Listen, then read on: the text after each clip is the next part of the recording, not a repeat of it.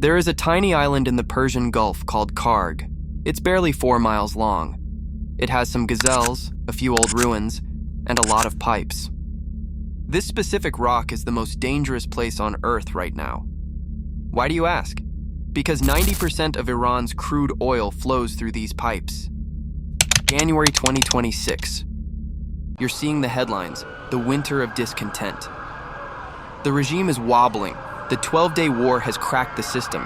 The story you're being told is that Washington wants the Islamic Republic to fall so freedom can rise. But here's the twist.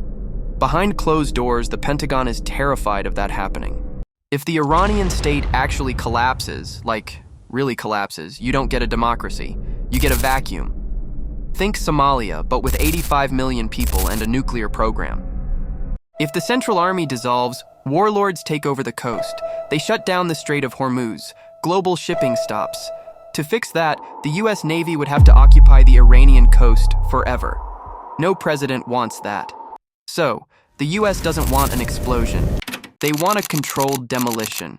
But there is a deeper, colder reason Washington needs the Iranian state to stay intact, and it has nothing to do with Iran. It's about Russia. To understand this, you have to look at the math. Russia is funding its war in Ukraine on oil.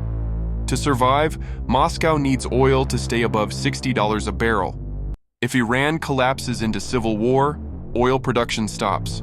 Global supply drops. Prices spike to $100 or $120. Who does that help? Putin. A chaotic collapse in Iran basically funds the Russian war machine for another 5 years. But if the US can pull off a palace coup, keep the oil flowing, just change the guy at the top, something incredible happens. Sanctions drop. 2 million barrels of Iranian oil flood the market overnight. That supply glut crashes the price of oil down to $40. At $40 oil, the Kremlin goes bankrupt. Venezuela collapses. The axis of resistance runs out of cash. Washington isn't trying to build a democracy in Tehran. They are trying to build an economic weapon to bankrupt Moscow. So, as you watch the footage from Tehran, realize you are watching a high-wire act. If they land this controlled demolition, gas gets cheap, and the war in Ukraine might actually end, not with a bang, but with a bounced check.